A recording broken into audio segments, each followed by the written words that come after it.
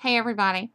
In this video, I'm going to share with you the top 10 questions that I get asked most frequently. Some of them are related, some of them are not, so just hang tight. Number 1, without a shadow of a doubt, is your name Penny? Okay, when I first started blogging, I thought it would be cute if I had my coupon binder right.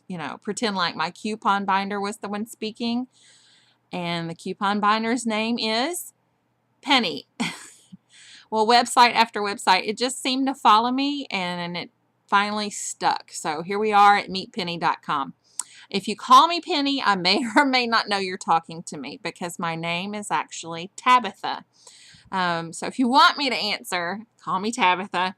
Yeah, meetpenny.com. It's actually the coupon binder. Go figure. You can read more about that story on my About page. So, number 2, can you really save money using coupons?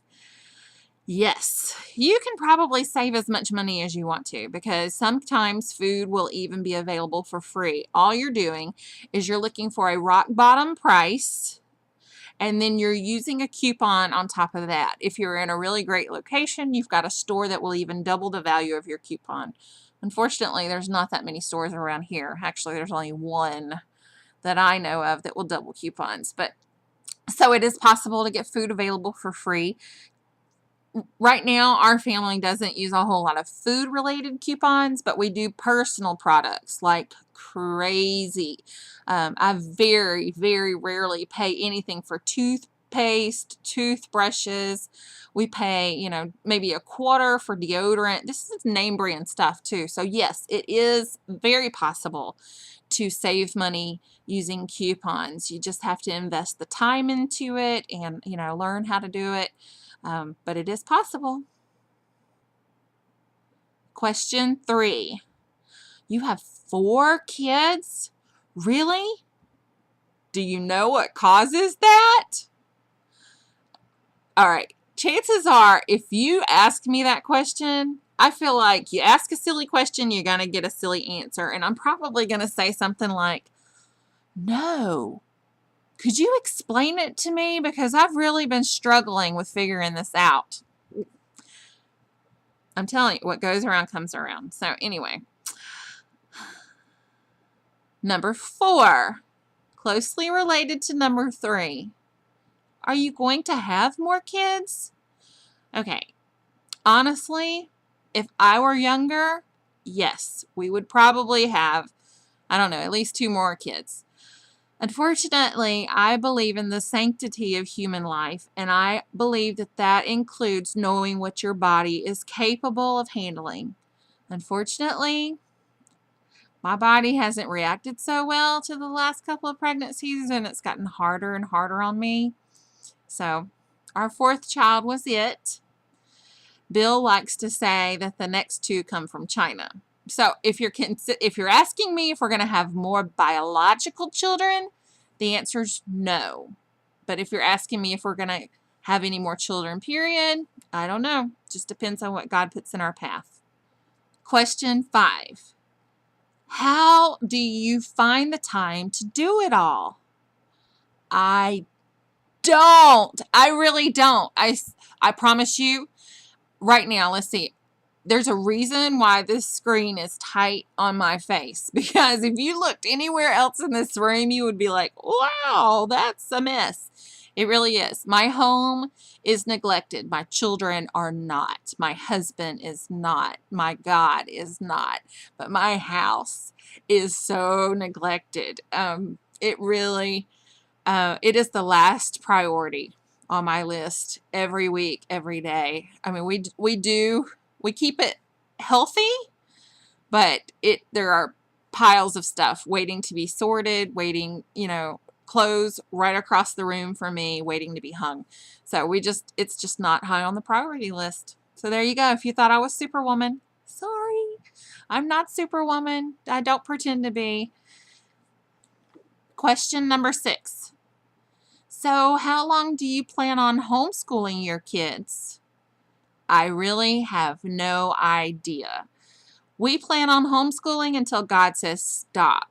Of course, if Bill has his way about it, he says, over his dead body will his children ever attend public school. So that means as long as Bill's living, we're homeschooling, which is really funny considering he's a public school teacher. So there you go. Question 7, kind of related to question 6. But you don't want your kids to be different, do you? Yes, we do want our children to be different.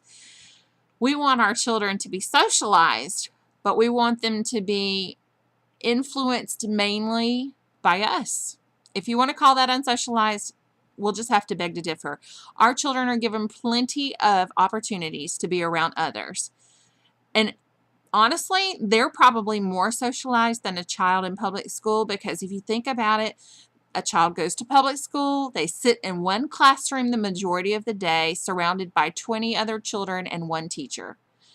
How often are they around other kids? Whereas our children are out in the community handing out blessing bags to the homeless. They're going to the store and making purchases and talking to other adults. They're going to the library for story time and being with other children. They're having play dates and going to the park, and they're constantly surrounded by culture. So, yeah, we want our kids to be different. We do. Question 8. How did you know your daughter was autistic? This one's tough. She was 15 months old, was not babbling, did not say mama, mama, mama, da, da, da, da, da, da. She would not point to items. She wouldn't wave bye-bye. There were just certain things that just kept nagging at me. And I took her to the pediatrician for a checkup, and she said, well, is she babbling? No. The pediatrician flippantly said, well, she's probably autistic. We'll talk about that in 6 months. And she left the room. So I, being proactive, came home and called early intervention. They came out and tested her. She was delayed in several areas, but they continued to tell me, oh, she's not autistic. She's just really smart. I just kept feeling like there was something. There was something that they were missing. So eventually we went to our pediatrician, who sent us to a developmental pediatrician who assessed her in every possible way. And it came back, yes, she is high functioning autistic. She's on the far end of the spectrum. It's called PDD-NOS, which means she has some characteristics, but not all. So that's how we knew. Question number 9. Can you really make money blogging? Okay, let me tell you this. If you're thinking about sitting down tonight and starting a blog, and you're going to go public tomorrow, and you're thinking, wow, okay, by next month, I'm going to have enough money to go out and buy my groceries. It's not going to happen unless lightning strikes you first, probably not going to happen. I've been doing this about 2 years, so I have been, learning more and more every day about what I do, and we're finally getting to a point where we're seeing a consistent trickle, and I mean trickle of income from blogging. So yes, you can make money from blogging, but you're not going to be a multimillionaire, instantaneously. It takes a lot of work, a lot of dedication, networking like crazy. So you can do it, but it's not going to be a sole source of income for you for quite a while.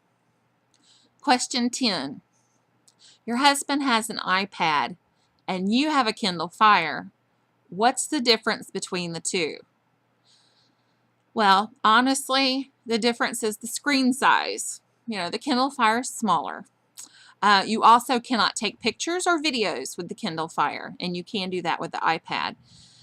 Those are really the main differences that I have seen. Now, with my husband being a musician, he needs that larger screen. He also, some of the apps that are available for musicians just ultimately are best on the iPad.